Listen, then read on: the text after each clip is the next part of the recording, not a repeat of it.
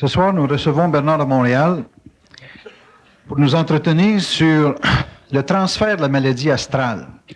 Est-ce que dans notre société où différentes formes de pensée influencent nos comportements, est-ce que c'est une maladie ou quelque chose qu'on peut se débarrasser? Nous recevons donc Bernard de Montréal pour nous entretenir sur ce sujet.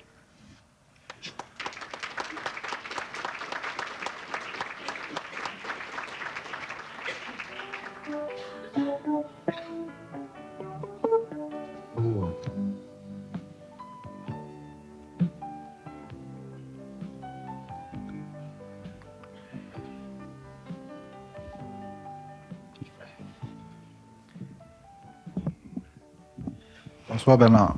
Bonsoir. Bernard, on parle fréquemment de l'astral, l'influence de l'astral, des entités, de toute cette mécanique de plans subtils qui sont subtils et difficiles à percevoir.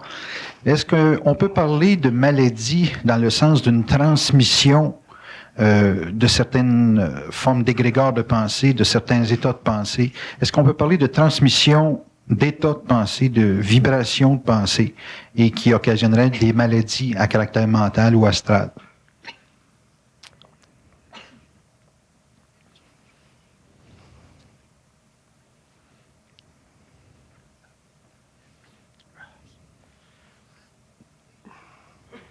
Je peux reformuler, si un individu est pris avec un courant de pensée et qu'il l'absorbe, est-ce qu'il peut le retransmettre, cet état de pensée-là, à d'autres?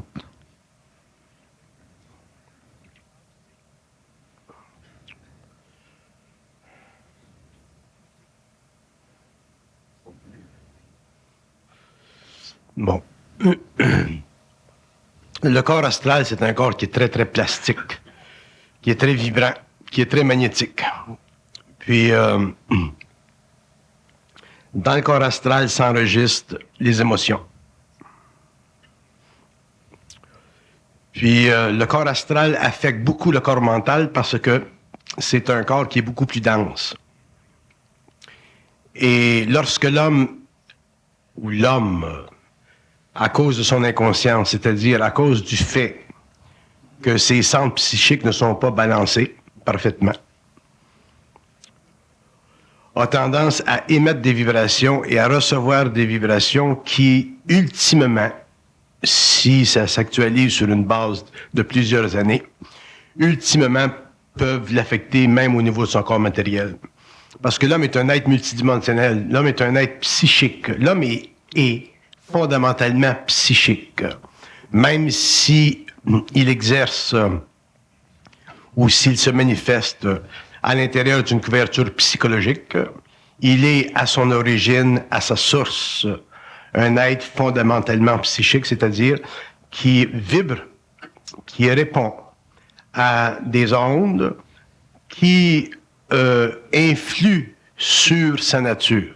Et quand je dis qu'elles influent sur sa nature, je veux dire qu'elles influent sur son comportement émotionnel et sur son comportement mental. Donc, l'homme est un être qui est constamment en expression de radiation et constamment en réception de radiation. C'est comme il est comme un radar qui est toujours ouvert. Et s'il ne se conscientise pas, s'il n'apprend pas à réellement aligner ses centres, à ce moment-là, mais il est sujet à ce que j'appelle la maladie astrale, c'est-à-dire la déformation de son corps astral, qui ultimement va faire l'invasion de son corps éthérique, puis ultimement faire affecter son corps matériel. Vous parlez de déformation du corps astral. Qu'est-ce qui se déforme dans le corps astral? Le corps astral, c'est un espace-temps qui... c'est un champ d'énergie qui est susceptible à être troué. Les gens qui sont malades ont des trous dans le corps astral. Et ces trous-là représentent un petit peu sur une échelle beaucoup plus vaste les points méridiens du corps matériel.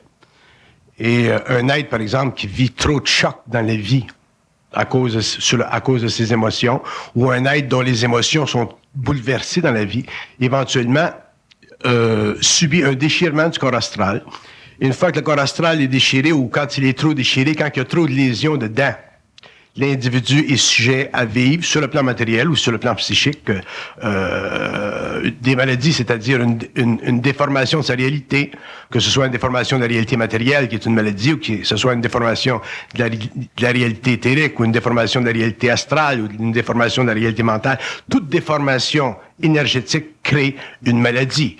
Naturellement, quand on parle de maladie sur le plan mental, c'est pas la même chose que sur le plan matériel parce que c'est beaucoup moins évident, c'est beaucoup moins apparent, c'est beaucoup moins... On peut moins facilement l'étudier de façon méthodique comme on fait au niveau de la matière. Mais sur le plan psychique, c'est la même chose. Donc, le corps astral se déforme. Et le corps astral est fondamentalement un corps animal, alors que le corps mental est un corps beaucoup plus évolué, qui appartient réellement à l'homme.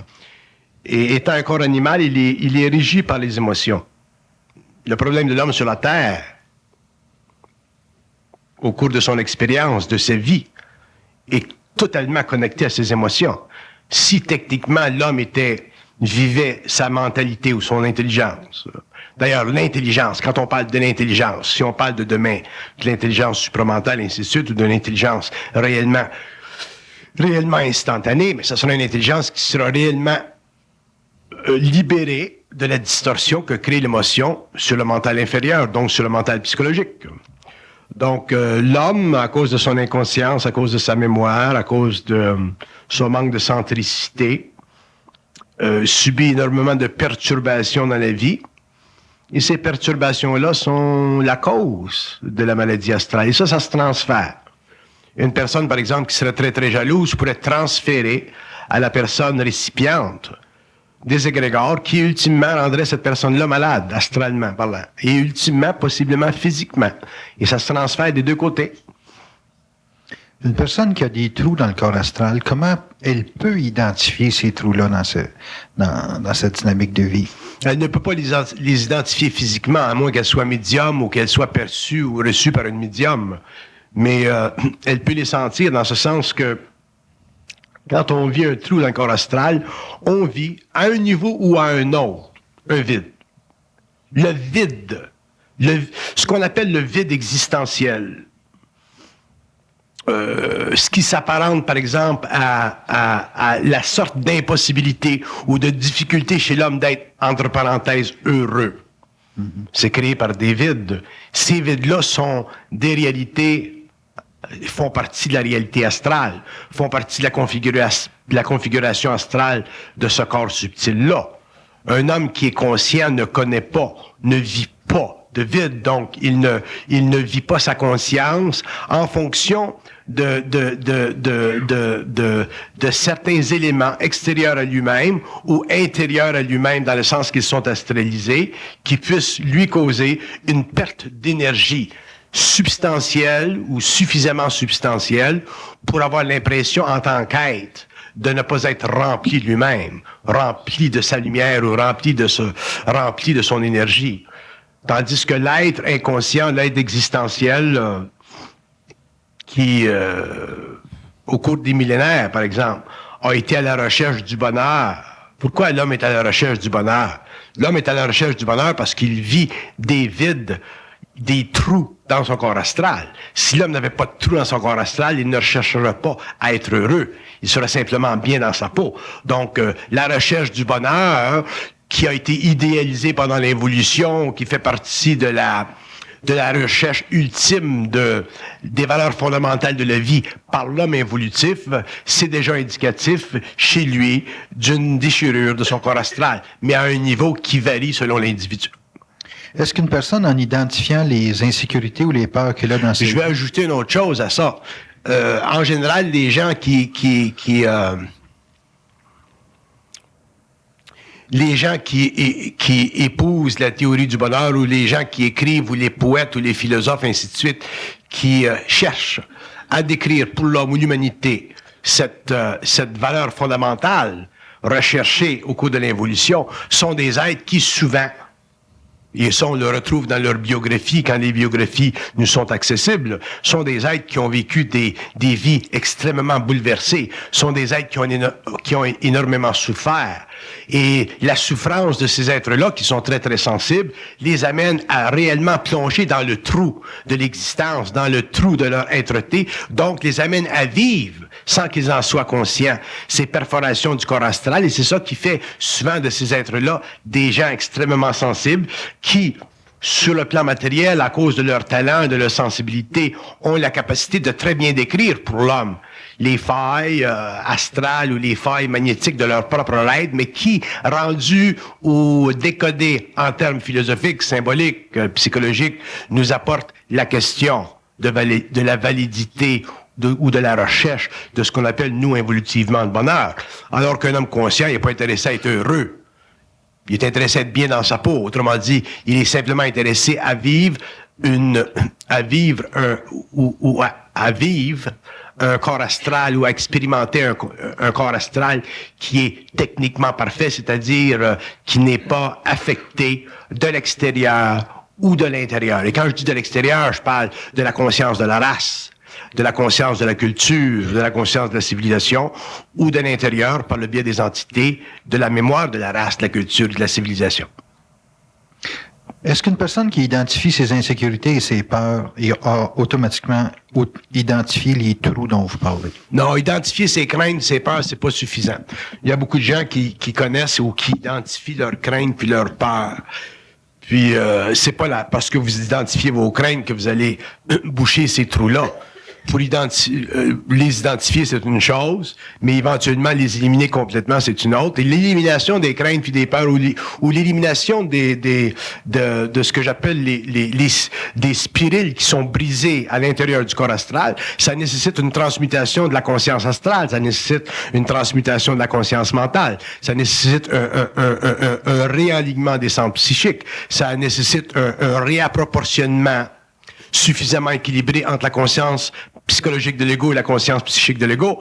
Donc, ça demande un travail qui est sur soi, un travail de longue haleine ou un travail qui est fait en fonction de certaines circonstances occultes qui par rapport à des sciences très avancées de la conscience humaine, nous permet éventuellement d'éliminer ces choses-là. Mais c'est pas parce que on identifie nos craintes qu'on bloque ou qu'on arrête ces déchirures astrales-là. Non. Parce que sinon, ça serait trop facile. Quelqu'un dirait, bon, ben, toi, t'as ci, ou toi, t'as ça, ou toi, t'as ci, ou toi, t'as ça. Puis, le problème serait réglé. Et vous savez très bien dans vos vies personnelles que les mécanismes qui, fondamentalement, sont responsables pour la disharmonie de votre conscience peuvent pas être éliminés d'un jour à l'autre, même si les aspects psychologiques ou psychiques sont identifiés. Vous avez parlé de spirales qui étaient brisées. Est-ce que vous pourriez nous parler de ça, les spirales? Les spirales sont les conduits vibratoires de l'énergie astrale. Les spirales existent sur tous les plans. D'ailleurs, le corps éthérique a des spirales, le corps astral a des spirales, le corps mental a des spirales. Les spirales au niveau du corps astral, ça équivaut un petit peu, et ça, je dis un petit peu. Ça équivaut un petit peu au mouvement électronique que l'on retrouve autour de l'atome.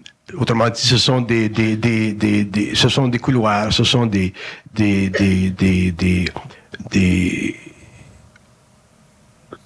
couloirs d'énergie qui permettent à l'énergie astrale de constamment circuler. Et ces spirales-là, lorsque le corps astral est troué, ces spirales-là sont fracturées. Et lorsqu'elles sont fracturées, il se crée chez l'être humain un empêchement de mouvement de l'énergie astrale. Et ça crée ce que vous appelez de l'anxiété. L'anxiété chez l'être humain est due à ces spirales qui sont fracturées, qui sont coupées et qui empêchent le mouvement naturel du corps astral. Donc, et on sait très bien comment c'est difficile d'éliminer les anxiétés. Les femmes en sont très, très conscientes. Les hommes aussi ont des anxiétés, mais la femme est très sensible et la femme est très consciente de la difficulté d'éliminer ses anxiétés. Pourquoi? Parce que les spirales qui sont fracturées, qui sont coupées, qui sont rompues, empêchent le mouvement ordonné de cette énergie astrale-là. Donc, c'est très important pour l'être humain de prendre conscience, refermer ces trou pour que les spirites continuent à canaliser l'énergie astrale pour que l'homme, éventuellement, en arrive à avoir un rendement psychique, astral, normal, naturel, comme celui avec lequel il est venu au monde à la naissance. Quand vous parlez de spirale brisée, on aurait tendance à dire comment ça s'est brisé. Ça se brise comment? Les spirales se brisent à cause des chocs. Les chocs dans la vie brisent les spirales. Un être humain, c'est très sensible. Les émotions sont très puissantes chez l'homme. Il y a des êtres dans le monde. Bon, prenez ce qui se passe, par exemple, aujourd'hui en Yougoslavie. Des gens qui vivent de la tuerie, des gens qui vivent de la guerre civile, ce qui s'est passé en Russie, ce qui se passe dans nos villes, les jeunes qui trouvent pas de travail, les gens qui sont déprimés, les gens qui sont malheureux en amour, toute la dimension psychique névrotique de la vie moderne. Donc, on vit des chocs dans nos familles. Il y a pas d'harmonie, il y a très peu d'harmonie dans le monde. Et même au niveau local, sur le plan personnel, il y a très peu d'harmonie. Combien d'harmonie on a dans nos couples? Combien sont les couples qui peuvent dire, moi et ma femme, on s'entend depuis 50 ans, 40 ans, 30 ans, 25 ans. On s'est jamais crié, on s'est jamais envoyé chier, ainsi de suite. Donc, l'harmonie chez l'être humain, qui est fondamentalement évolutif, est presque inexistante. Donc, vient un point dans la vie où cette désharmonie-là crée des chocs, crée des situations, et l'homme ou la femme vivent le choc en retour, vivent une brisure de ces spirales. C'est ça qui crée la rupture des spirales. C'est comme des vaisseaux sanguins. Mais au lieu que ce soit des vaisseaux sanguins, ce sont des vaisseaux d'énergie qui sont très fragiles. Ils sont forts dans un sens, ils sont fragiles dans un autre. Mais ils sont solides quand l'homme est conscient. Un homme qui est conscient est capable de prendre un choc.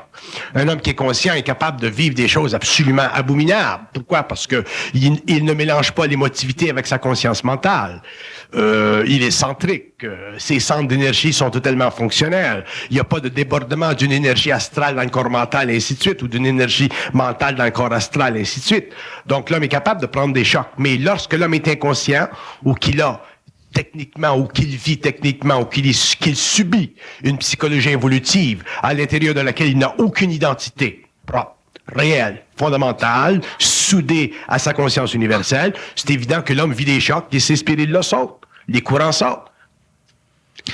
Quand vous avez des gens, par exemple, il y a des cas cliniques où des jeunes hommes ou des personnes qui vivent des chocs abominables, un type qui rentre dans une maison un soir, qui va violer la mère, puis le petit gars qui est caché en arrière du fridge, qui voit ça, il y a un choc. Il vit un choc. Il perd la parole. Il est psychiquement débalancé pendant des années de temps. Alors, ce choc visuel-là, qui a affecté son corps astral, a fracturé les spirales.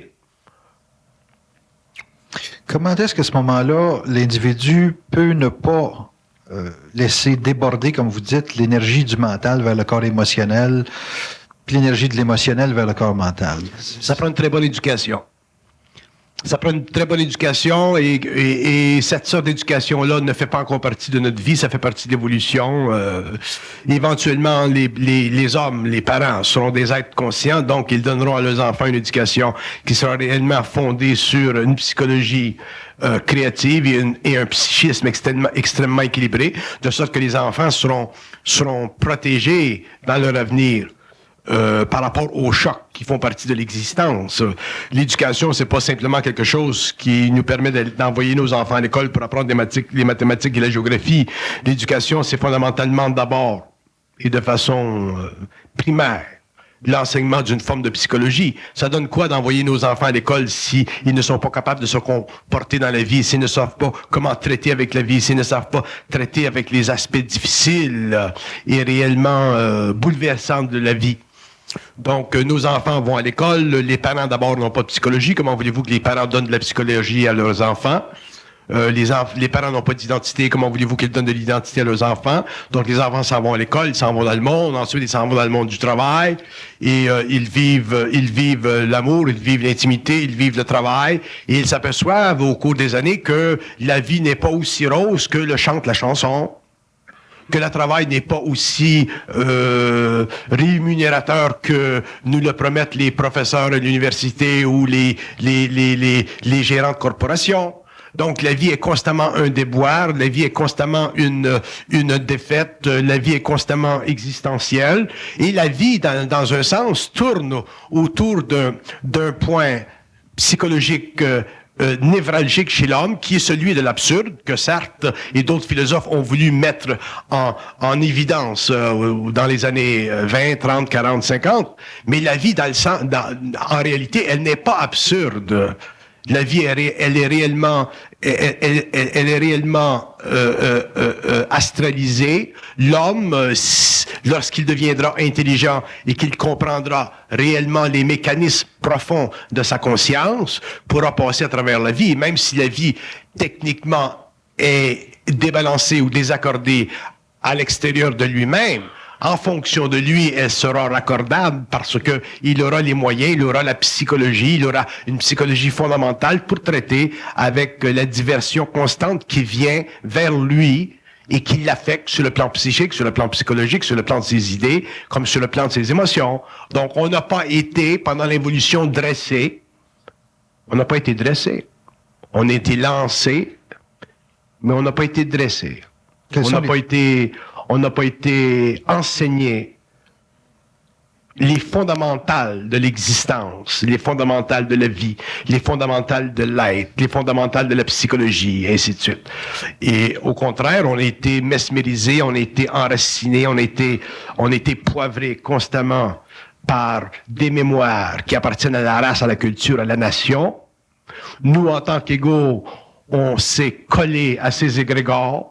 On n'a développé aucune conscience individuelle, de sorte qu'aujourd'hui, on n'est même pas capable de penser par soi-même. On pense toujours par rapport à ce qui nous a été enseigné. Donc, on n'a pas de centre de gravité. Donc, c'est normal que l'homme, aujourd'hui, vive des chocs et, en retour de ces chocs, vive un déchirement de son corps astral. Et une fois que l'enveloppe est trop déchirée, trop avancée, mais l'homme avance, il vieillit, il perd ses facultés et éventuellement, il meurt et retourne à ce plan-là.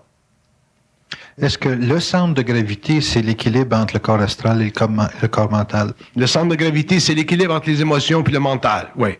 OK. C'est ça qui crée un centre de gravité. Sans cet équilibre-là, l'homme est astralisé. Astralisé veut dire que l'homme est sujet soit à la pénétration de sa conscience par des égrégores qui sont simplement des énergies ou des mémoires ou des coques, ou l'homme est réellement directement affecté dans sa conscience par des entités qui font partie du plan de la mort, donc du plan astral. Et ça, un jour, la psychologie sera obligée de se rendre à l'évidence que ça existe. Et si jamais la psychologie ne se rend pas à l'évidence que ça existe parce que elle est trop systématisée ou trop standardisée dans sa méthodologie, à ce moment-là, les sciences occultes prendront le dessus et éventuellement, les hommes se dirigeront de plus en plus vers ces sciences-là, mais ils seront obligés de faire attention parce que dans les sciences occultes, dans ce domaine extrêmement fragile, extrêmement non contrôlé de la technique psychique, l'homme demeurera toujours un être dont le talon d'Achille sera soit la recherche du pouvoir, ou soit une forme quelconque d'astralisation. Pour quand on travaille avec l'homme, ou quand l'homme travaillera avec l'homme, ou que l'homme s'entretiendra ou mettra à point des techniques d'évaluation d'ordre occulte, mais psychique, concernant la nature de l'être, la nature de son astralisation, il faudra que ces êtres soient réellement des êtres très, très avertis, des êtres extrêmement sains d'esprit, des êtres qui auront réellement une très grande vocation. Pourquoi vous dites vocation? Vocation parce que ce n'est pas n'importe qui, ce n'est pas parce que l'homme s'intéresse ou étudie les sciences occultes qu'il est nécessairement adapté psychiquement à les retransmettre, à les enseigner, à les utiliser de façon créative pour l'humanité. Ça prend énormément de maturité, ça prend énormément faut avoir énormément transmuté sa propre astralité, faut être réellement totalement libre de la moindre forme d'orgueil, faut absolument être au-dessus de la recherche de la domination, faut réellement aimer l'homme pour travailler pour lui, pour travailler avec lui et surtout pénétrer des zones de sa conscience qui sont encore aujourd'hui très ténébreuse, que l'homme connaîtra effectivement d'une façon très objective demain, mais dans la mesure où il aura suffisamment de conscience pour d'abord aimer avant de traiter. Avant de traiter dans le sens Traiter. guérir, là? Guérir ou manipuler ces énergies-là. Sinon, l'homme, c'est un être qui est très fragile.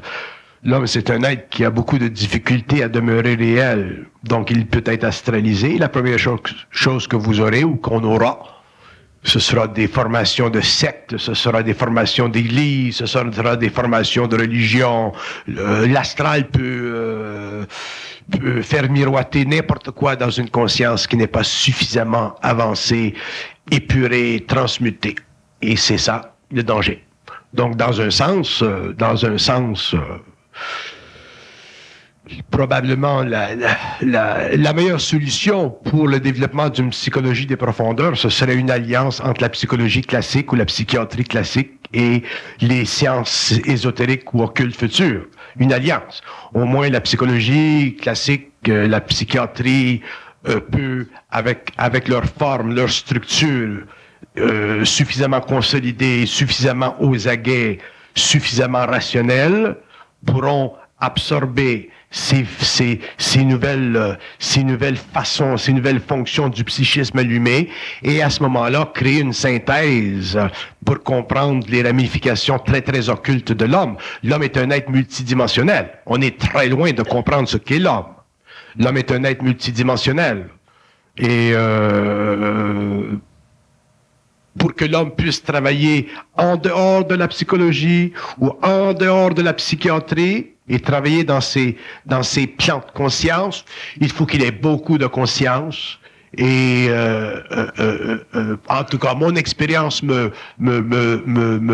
m'indique que je ne suis pas prêt encore, après toutes ces années, à dire que les occultistes ou les gens qui s'engagent dans une psychologie parallèle sont réellement, parfaitement à l'épreuve de la moindre astralité de leur conscience. Qu'est-ce qui astralise la conscience d'un être? L'illusion qu'ils ont et dont ils ne voient pas l'origine de leur propre connexion avec des plans subtils qui utilisent leur intelligence pour des raisons qui font encore partie des ordres de l'astral. Autrement dit, pour que l'homme puisse travailler avec des énergies aussi transcendantes, il faut qu'il soit lui-même extrêmement vigilant, extrêmement habile, extrêmement intelligent dans le sens créatif du terme. Autrement dit, il faut qu'il soit réellement connecté avec sa source et qu'il n'y ait plus de danger chez lui d'être astralisé par des plans de l'astral ou par des plans subtils qui ont encore la capacité de créer dans l'homme des illusions. Est-ce qu'une illusion, Balance, c'est le fameux trou dont on parle? Non. Dans le corps. Non, une illusion, c'est une déformation de la vérité. Et toute déformation de la vérité peut créer chez l'homme l'impression d'une vérité, et cette vérité peut empoisonner l'homme et empoisonner les hommes. C'est pour ça que j'ai toujours dit que le terme vérité que nous utilisons dans le monde occidental, qui est en opposition avec le terme mensonge, avec son opposé, le terme vérité ne serait utile ou ne peut être utile pour l'homme que dans la mesure où il est élevé, ce terme, au-delà de la polarité du vrai et du faux. Donc à ce moment-là, on ne parle plus de vérité, on parle de réalité. Mais tant qu'on parle de vérité, à ce moment-là, on risque de sombrer dans la polarité astrale. Un homme qui est conscient ne peut pas employer le terme vérité dans son dialogue. La conscience vibratoire du mental supérieur empêche l'homme conscient d'utiliser le terme vérité dans la définition psychologique ou psychique de sa relation avec les mondes parallèles. Ça, je le sais. Donc, un homme qui utilise le terme vérité quelle que soit son intention, quelle que soit sa vocation, quel que soit le domaine avec lequel il traite, est instantanément astralisé ou astralisable. S'il n'est pas astralisé maintenant, il le sera dans l'avenir. C'est pour ça qu'on regarde souvent des hommes qui ont commencé dans la vie avec de très bonnes intentions, de grandes intentions, et qui ont parlé de la vérité, et nous nous sommes aperçus au cours des générations, au cours des périodes qui ont suivi leur mission sur le plan matériel ou leur travail sur le plan matériel, nous nous sommes aperçus mais font simplement partie du pouvoir créatif de la lumière de l'homme avec lequel il doit un jour venir en contact pour finalement établir sur le plan matériel l'ordre ascendant de sa conscience créatrice que j'appelle la fusion. Donc ceci prendra un certain temps, ça fait partie de l'évolution. Donc en attendant, nous devons faire attention. Donc si nous sommes intéressés à des sciences, à une psychologie supramentale ou à une psychologie ouverte, à une psychologie supranormale ou une psychologie qui traite avec des paramètres totalement nouveaux, nous devons faire attention pendant un certain temps, pendant certaines générations, nous devons faire attention à ne pas être astralisés parce que nous ne savons pas encore absolument et parfaitement comment traiter avec l'énergie. Et quand je parle de l'énergie, je parle de la parole, je parle des mots, je parle des concepts tels que la vérité ou le mensonge. Nous ne savons pas encore. Et pourquoi nous ne savons pas? Parce que nous sommes encore des êtres qui pensons. Est-ce que la parole ou la communication a la possibilité ou la capacité de neutraliser les fameux trous dont on parlait dans le... La parole a la capacité de neutraliser ces trous-là, mais ça prend une parole qui est totalement vibratoire, totalement vibrante, totalement fondée dans une conscience mentale supérieure qui n'est pas astralisable. Oui. OK. Donc, la parole a la capacité de guérir. La parole a le pouvoir de manifester. La parole a la capacité de mettre en vibration différentes échelles de temps, différents espaces-temps. Mais il faut que cette parole-là soit réelle. Il faut qu'elle soit totalement décousue du besoin psychologique séculaire de l'homme de rechercher la vérité. En extensionnant le phénomène de la parole, est-ce que le son d'un instrument pourrait faire le même travail? Le son d'un instrument peut faire la même chose, mais simplement au niveau du corps éthérique, non pas au niveau du corps astral. Le corps astral n'est pas affecté. Le corps astral ne peut pas être guéri par un instrument musical. Le corps éthérique peut être guéri par un instrument musical, et à ce moment-là, ça permet au corps astral de se calmer. Mais le corps astral, les trous du corps astral ne peuvent pas être guéris par un instrument musical. Sinon, on pourrait prendre un violon et guérir une personne qui a des problèmes de rein. Mais si les problèmes de rein, à leur origine, sont dus à une déchirure du corps astral, c'est simplement le corps éthérique qui peut être guéri, mais non pas le corps astral. Et éventuellement, à cause de cette origine plutôt astrale ou nébuleuse, le mal de rein reviendra. Donc, à ce moment-là, quelle est la propriété particulière de la parole conscientisée là, dont vous parlez? C'est où est-ce qu'il se fait la variation si la personne qui capte la parole d'un autre va plus loin que le son, va plus loin que l'idée? C'est quoi la propriété qui guérit un corps astral avec la parole? C'est parce que vous avez dit tout à l'heure que la parole pouvait guérir, ou pouvait éliminer les fameux trous dont on parlait. Oui.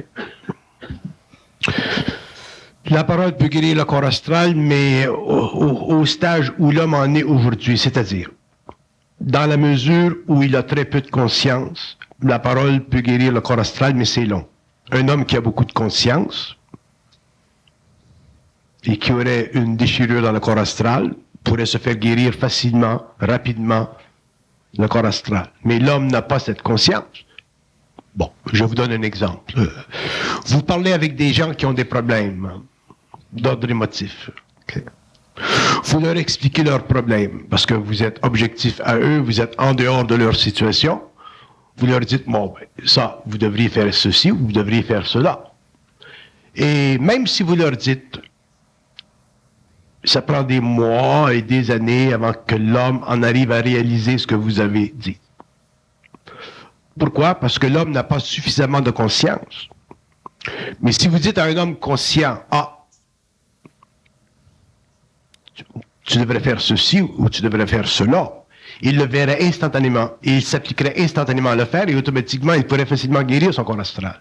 Donc, la raison pour laquelle la parole elle est plus longue à guérir le corps astral ou la raison pour laquelle le corps astral est plus long à guérir par la parole, c'est parce que l'homme n'est pas suffisamment conscient. Donc, il n'absorbe pas totalement la parole. Parce que quand quelqu'un nous parle, quel pourcentage de ce qu'on nous dit recevons-nous? Très peu. La preuve, c'est que nous mettons très peu en action. Donc, pour que la parole soit réellement exécutrice de façon instantanée au niveau du corps astral, bon, ça prendrait probablement une parole qui ne pourrait pas être mise en question. C'est pour ça d'ailleurs que lorsque l'homme vit une fusion avec le plan mental et que le contact se fait avec le plan mental et que l'homme n'a pas d'espace, ne peut pas se libérer de ce contact-là, c'est pour ça que l'homme, toute sa conscience se transmute très rapidement parce que son corps astral est instantanément mis en vibration par la lumière de cette parole-là qui est intérieure. Donc à ce moment-là, l'homme peut facilement entrer dans une conscience avancée et en parvenir au cours des années à développer un centre de gravité à toute épreuve. Mais lorsqu'il s'agit de la parole, autrement dit du contact horizontal entre l'homme et l'homme a très peu de conscience, et qui de nous, sur le plan matériel, peut dire avec suffisante certitude que ce que l'on nous dit, c'est ça, exactement ça. C'est scientifiquement mental, ou c'est mental d'une façon scientifique. Ça ne se discute pas, c'est ainsi. Qui de nous? Donc, c'est pour ça que c'est très dur d'amener l'homme à la conscience, donc de corriger ou de guérir son corps astral parce que les hommes n'ont pas suffisamment de parole. Quand nous parlons à l'homme, nous n'avons même pas la parole juste, nous n'avons même pas le mot juste. La preuve, c'est que quand nous parlons à l'homme, le mot est tellement peu juste que l'homme est obligé de revenir à l'assaut et contredire ce que nous avons dit. Alors que si l'homme avait réellement une parole juste, cette parole serait pénétrante au lieu d'être choquante et automatiquement elle envahirait la conscience de l'autre, elle pénétrerait la conscience de l'autre et l'ego ne vivrait pas de conflit par rapport à un autre soi-disant ego parce que l'autre serait totalement transparent. Ça, c'est le problème de la communication. Donc, c'est le problème fondamental de la parole, c'est le problème de l'exécution de la parole, c'est le problème auquel fait face la parole dans son travail, dans le monde. Est-ce que c'est possible, Bernard, que l'individu ne soit pas capable de prendre conscience de la parole de l'autre parce qu'il ne se sait pas, lui, personnellement? Ce n'est pas tellement parce qu'il ne se sait pas. C'est parce que, premièrement, l'autre n'est pas suffisamment vibrant. Et deuxièmement, parce que celui qui écoute n'a pas suffisamment d'écoute. N'oubliez pas que nous ne sommes pas habitués à avoir de l'écoute. De l'écoute, ça fait partie de la nouvelle psychologie. Ce n'est pas une chose qui a été installée dans notre conscience, qui a été instaurée pendant l'évolution dans notre façon de penser ou dans notre façon d'être en relation avec les hommes. Nous n'avons pas d'écoute. Nous écoutons le prof à l'université parce qu'il a une autorité qui nous donne des notes pour aller chercher le diplôme. Mais dans la vie de tous les jours où il n'y a pas de contraintes, nous n'avons pas d'écoute. L'homme n'a pas d'écoute. L'homme est extrêmement orgueilleux. L'homme a toujours quelque chose à prouver. L'homme, c'est un être qui est sous-développé psychologiquement. À cause du manque d'écoute. À cause du manque d'écoute et aussi à cause du fait qu'il n'a pas eu l'occasion pendant l'évolution d'avoir des hommes suffisamment conscients sur la Terre pour être libre de la conscience expérimentale et lui donner accès à des connaissances qui ne faisaient pas partie de la conscience de la race, de la conscience de la nation, de la conscience de la culture, ou qui ne faisaient pas partie de la mémoire de l'humanité. Nous avons toujours été assujettis à des connaissances qui faisaient partie de la mémoire de l'humanité. Donc, si nous passons de l'involution vers l'évolution et que nous devons avoir un jour accès à un savoir universel qui appartient à tous les hommes, nous devrons un jour, nous serons forcés, d'une manière ou d'une autre, quelque part dans le temps, au cours des générations, à nous retirer et à prendre distance de la mémoire de la race. C'est le début de la conscience, d'ailleurs. Mais ça, ce n'est pas facile. Parce que se distancer de la mémoire de la race, ça équivaut à couper nos racines. Et qui veut couper ses racines? Est-ce que c'est facile pour un Québécois de couper ses racines avec la mémoire de sa race? Est-ce que c'est facile pour un Indien de couper ses racines avec la mémoire de sa race? Pour un Hindou, pour un Arabe, pour un Juif de couper ses racines avec la mémoire de la race? Et où commence l'homme? L'homme, il commence quand il n'est plus le fils de la race. Parce que le fils d'une race, c'est le fils d'un chien. C'est dur. Ce n'est pas le fils d'un homme. C'est dur comme mode d'expression. Ah, c'est dur. Qu'est-ce que vous voulez que je dise? C'est votre problème, c'est Non, dur. mais ce que je veux faire voir aussi, c'est qu'il y a des conséquences à couper avec la mémoire de la race. Ah, effectivement qu'il y a des conséquences. Il y a des conséquences. Et ça fait partie de l'évolution, ça fait partie de l'initiation solaire, ça fait partie de la transmutation des corps, ça fait partie du développement de la centricité, ça fait partie de la réévaluation à partir de soi, de ce qui traîne comme égrégore dans le monde entier, que nous soyons chinois, japonais, américains, français, allemands, ainsi de suite. Si nous regardons la mémoire de la race, qu'est-ce qu'elle nous a donné, la mémoire de la race? Excepté les apogées esthétiques d'une déformation astrale pour le plaisir des morts à travers l'expérience évolutive incarnationnelle des vivants. Avec la nouvelle conscience. Avec la nouvelle conscience, ce qui est intéressant, merveilleux et inévitable d'ailleurs de la nouvelle conscience, c'est que la nouvelle conscience sera totalement basée sur l'évolution, la transformation de l'individu. Elle ne sera jamais collective. La nouvelle conscience sera totalement individuelle.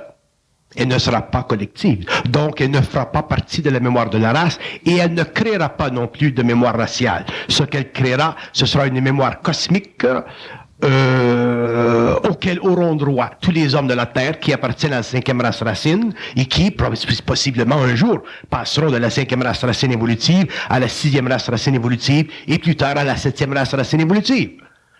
Donc, un homme qui est conscient, qu'il soit de n'importe quelle race évolutive, peut comprendre ce que l'autre sait, qui a aussi une conscience universelle. C'est ça la différence entre l'évolution et l'évolution. Donc, autant nous avons été affectés pendant l'évolution par la mémoire de la race, autant demain nous ne le serons plus parce que les hommes auront tous accès à une mémoire universelle, c'est-à-dire à une conscience créatrice qui permet à l'individu, selon son niveau d'évolution, selon son statut universel, de parfaitement comprendre par vibration la nature du réel. Et qu'est-ce que c'est le réel? Le réel, c'est la transformation instantanée de tout ce que nous pensons.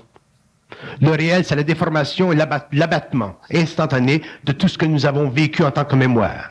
Le réel, c'est la défabrication de la conscience humaine évolutive. Le réel, c'est quoi? C'est la capacité chez l'homme de transgresser les lois de l'évolution sur le plan psychologique, sur le plan psychique, pour éventuellement en arriver à reconstruire sur le plan mental des lois qui font partie de sa lumière, c'est-à-dire qui font partie de son essence et qui, sur tous les plans de sa multidimensionnalité, convergent vers son appointement dans le temps en tant qu'être qui possède le droit d'aimer, c'est-à-dire le droit, le pouvoir de conduire les affaires de son monde, les affaires de sa civilisation, les affaires de son globe ou les affaires de sa confédération d'une manière réellement lumineuse, intelligente, créatrice, où les conflits astraux de l'évolution sont inexistants et où le pouvoir ultimement éthérique, immortalisé de l'évolution fera partie de la grande vague de vie qui doit prendre conscience, naître par incarnation et éventuellement se développer dans le système local. Alors, qui dit mémoire dit écoute d'une certaine... Qui dit mémoire dit deux choses. Il y a des mémoires qui sont utiles. Un ingénieur a besoin de la mémoire. Un architecte a besoin de la mémoire. L'homme a besoin d'un modicum de mémoire pour fonctionner. Donc, il y a mémoire mécanique utile qui fait partie du stage progressif de la civilisation. Il y a mémoire qui a été sanctionnée par l'histoire humaine. Et il y a aussi mémoire qui est totalement la défoliation de la conscience. Exemple. Lorsque la jeune fille rencontre le jeune homme et que le jeune homme lui dit « Ah, je ne te veux plus » et qu'elle tombe dans un état de dépression et qu'à cause de son imagination, elle voit les beaux moments ensemble auparavant et qu'à cause de ces beaux moments qu'elle ne voit plus ou qu'elle n'aura plus, elle se suicide. Quelle est la source de sa déconfiture? C'est la mémoire. C'est cette mémoire que je maudis. C'est cette mémoire que je veux déchirer. C'est cette mémoire que je vais déchirer parce que je vais expliquer l'astral à un point tel que les hommes ne l'auront jamais connu. Et c'est cette mémoire qui un jour, une fois comprise par l'homme, sera totalement incapable d'affecter sa conscience, créer en lui des déchirures, alors que l'autre mémoire qui est mécanique, celle qui est didactique, celle qui fait partie de l'université, celle qui fait partie de l'école, celle qui fait partie de nos sens actifs à tous les jours, qui est utile, qui n'affecte pas nos émotions, qui n'affecte pas notre conscience, mais qui nous permet simplement de nous rappeler des choses afin de ne pas constamment réinventer la roue, il y aura au cours de l'évolution, une très grande conscience de la différence entre ces deux mémoires, et les hommes s'occuperont d'une, qui est mécanique, utile, et les hommes mettront de côté complètement l'autre, qui est réellement maudite, et qui fait partie du pouvoir de l'astral sur la Terre, qui fait partie de l'involution, qui fait partie de la manipulation de l'homme, qui fait partie du maniement de sa conscience, et qui est anti-homme, anti-lumière, et en ce qui me concerne, totalement satanique et luciférien. Même si l'homme ne peut pas aujourd'hui le voir parce qu'il n'a pas suffisamment de conscience pour réellement pénétrer ses plans psychiques et comprendre occultement l'organisation psychique de son moi. Bernard, dans cette mémoire maudite que vous dites là, est-ce qu'il y a une vibration qui se cache derrière, qui pourrait être reconnue par l'individu? Effectivement, il y a une vibration. Et cette vibration peut être reconnue et décodée par l'individu. Mais pour le faire, ça prend un individu ou des individus qui ont suffisamment de conscience occulte pour pouvoir voir derrière la mémoire, pour pouvoir voir derrière l'égrégore, pour pouvoir voir derrière les entités. Si l'homme n'a pas, à cause des conventions psychologiques, à cause de la convention classique de la psychologie, ou de la psychiatrie, ou de la philosophie, ou de la métaphysique, si l'homme n'a pas la capacité de reconnaître derrière la forme qui astralise la conscience humaine des forces vivantes qui habitent l'astral, ou des énergies ou des coques égrégoriques qui font partie de l'astral, comment voulez-vous que l'homme puisse reconnaître la vibration derrière la forme, ou reconnaître la forme derrière la vibration? Ce n'est pas évident pour un être humain de faire parler une entité. Ce n'est pas évident pour un être humain d'avoir l'ascendance sur une entité. Je ris quand je vois des gens ou des gens qui ont le plaisir de jouer au spiritisme ou de jouer aux tables tournantes ou de communiquer avec le Ouija board, avec des entités, et qui reçoivent l'information et qui prennent l'information pour du cash. L'homme ne peut pas se permettre d'être... Nous avons été suffisamment pendant l'évolution assujettis à des pouvoirs temporels et spirituels, religieux, qu'il n'est pas à notre avantage en tant qu'humains demain de nous assujettir ensuite à des pouvoirs occultes. Donc, bon, d'accord. Il y a eu évolution sur le plan des religions, il y a eu évolution sur le plan politique, il y a eu une évolution dans le monde, techniquement sur le plan psychologique. L'homme est plus libre aujourd'hui de penser ce qu'il veut penser. Mais maintenant, qu'est-ce qu'il va faire?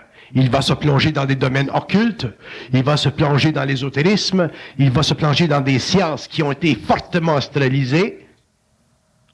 Il va communiquer avec des entités sans savoir au préalable que toute entité qui habite le monde astral est anti-homme. Au prime abord, si vous n'entrez pas dans la cour, si vous n'allez pas vers le tribunal de la conscience astrale en tant qu'avocat de la couronne, prêt à réellement démolir les entités qui se présenteraient plutôt à vous comme des êtres qui sont sur la défensive, vous ne pourrez jamais gagner la lutte, vous ne pourrez jamais abattre le pouvoir subtil de ces entités, vous ne pourrez jamais développer une psychologie supramentale dont les assises sont fortement contrôlées par l'homme parfaitement équilibré. C'est pour ça que je ne suis pas pressé et que je regarde même d'un œil souvent troublé des êtres qui, parce qu'ils ont un petit peu de conscience marginale, parce qu'ils se sont introduits d'une façon régulière dans des domaines occultes de la pensée et qui disent ou qui décident un jour ou l'autre d'aller dans le monde, de rencontrer dans le monde des gens et de commencer à faire de ce travail de transmutation ou d'élévation de la conscience des autres, alors que eux sont encore des êtres astralisables. Même si ce sont des êtres qui sont bien. Ce n'est pas suffisamment aujourd'hui, ce n'est pas suffisant aujourd'hui d'être bien. Ce n'est pas suffisant aujourd'hui d'avoir de la bonne volonté. Ce n'est plus suffisant aujourd'hui de vouloir faire du bien pour les autres. Il faut être intelligent. Et l'intelligence de la conscience supramentale, c'est en évolution.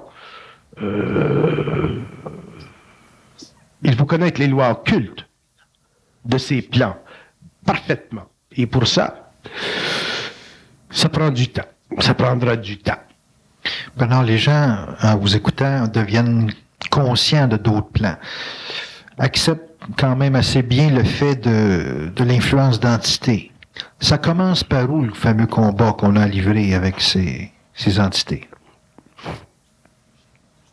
Il commence à partir du moment où vous, en tant qu'ego, même si vous n'êtes pas conscient dans le sens vibratoire des plans, si vous, en tant qu'ego, êtes conscient ou êtes suffisamment éveillé à l'irréalité de vos pensées involutives, vos pensées subjectives, les pensées qui font de vous des êtres de second ordre, les pensées qui vous disent que vous ne valez pas rien, les pensées qui vous disent, les pensées qui jaillissent, surtout quand vous avez des conflits ou que vous avez des stress ou que les choses vont mal, les pensées qui vous attaquent, les pensées qui diminuent votre être, ce sont ces pensées-là qui viennent de l'astral. Donc, si vous n'êtes pas conscient que toute pensée qui vous diminue, que toute pensée qui est négative, que toute pensée qui vous ne renforce pas, que toute pensée qui ne vous grandit pas, que toute pensée qui ne vous donne pas de la liberté, que toute pensée qui ne font pas de vous un être unique, ce sont des pensées astralisées. Donc, si vous n'êtes pas conscient de ça, comment voulez-vous développer une conscience supérieure, une psychologie créative, passer de l'involution à l'évolution? Ce n'est pas la lumière dans l'homme qui détruit l'homme. Ce n'est pas la lumière dans l'homme qui le rapetisse. Ce n'est pas la lumière dans l'homme qui fait de lui un petit homme. C'est l'astral. Effectivement, nous n'avons pas été éduqués pendant l'évolution à l'existence de l'astral. Sur le plan académique, sur le plan... ceci n'a jamais été institutionnalisé. L'ésotérisme ne fait pas partie de l'institutionnalisation de la connaissance évolutive judéo-chrétienne. Mais demeure le fait que l'homme un jour sera obligé de renverser les conventions. Nous l'avons fait sur le plan de la science. Nous avons renversé les conventions sur le plan de la science. Nous sommes passés de la science superstitieuse à la science technique, méthodique, cartésienne d'aujourd'hui. Nous serons obligés de le faire sur le plan de la psychologie, sur le plan de la psychiatrie. Nous n'avons pas de choix. L'esprit est beaucoup trop puissant. Beaucoup trop puissant. Nous retournons il y a 100 ans. Nous regardons ce que nous faisons aujourd'hui en science. Et nous regardons ce que nous étions, où nous étions il y a 100 ans. Nous regardons les B-57, les B-47 aujourd'hui, les stealth bombers, et nous regardons les avions des Brothers Wright. Et ça, c'est 100 ans. Et nous avons le culot de nous imaginer que nous allons progresser en science et que nous n'allons pas progresser en psychologie. Je mets n'importe quel psychiatre et n'importe quel psychologue à défi. Parce que, rencontrant un psychiatre et rencontrant un psychologue, je ferai moi-même le travail de faire surgir de sa conscience évolutive les entités qui sont derrière sa conscience mentale. Même s'il n'aurait pas la qualité d'écoute, Ça n'a pas d'importance. ça n'a pas d'importance. Pas avec moi, en tout cas. Donc, la psychologie évoluera. Et lorsque la psychologie évoluera, la conscience humaine évoluera. Les hommes comprendront qu'est-ce qui se passe derrière les arcanes de cette conscience évolutive.